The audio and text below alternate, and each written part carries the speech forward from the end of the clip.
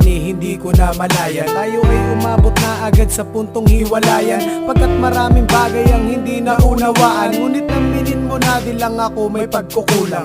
Dapat sinabi mo agad noon pa manay, balak mo na talaga na makipaghiwalay, para di na ko umasa na tayo magtagal. Ganun pa man ikaw pa rin nilalaman ng dasal. Ako ay nasaktan, ngunit wala nang dahilan para sabihin pang minamahal kita. Sa eksena na ito, natuto na ako sa sarili ko na ako'y wag nang umasa pa. Ako'y labis na nagpabulag sa isang akala na akala ko ay totoo at binigay ko ang lahat. Wala ko tinirang pagmamahal sa sarili ko, ngunit ang mga bagay na iyon ay hindi pa rin sapat.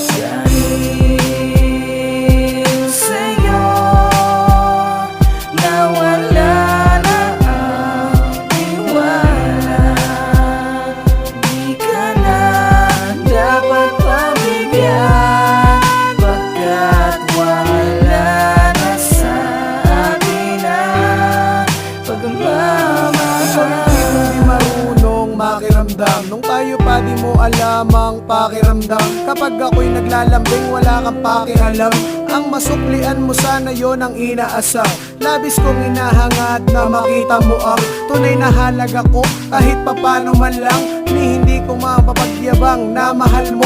Paano nga ba gagawin kung wala naman sa'yo? Kahit na ganun pa man ako'y naging totoo, para lamang mapunan ng mga gusto mo.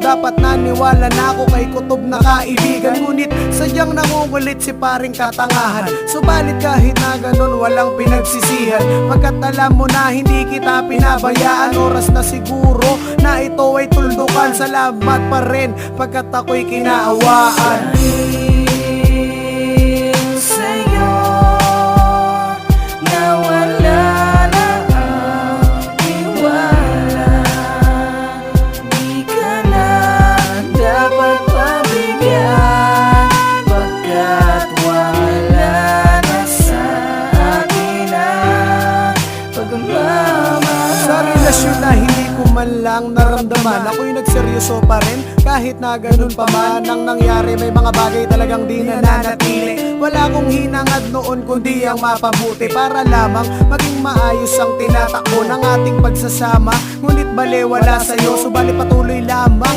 na ako ay kumakapit. Kahit na alam ko na ako na lang ang pumipilit na umusad ang relasyon nating dalawa. Ngunit sa pagkakataon na to ako'y napagod na. Sayang lamang ang lahat ng aking pagsusumikap. Di mo man lang to nakita at mali ko hinagilap, na sa ganun ay pagkakataon mo na para putulin ang lahat para sa ating dalawa. Sana'y pagtapos ng awiting ko ay kasabay nito ang malimutan ka na naging parte ng buhay ko. Dahil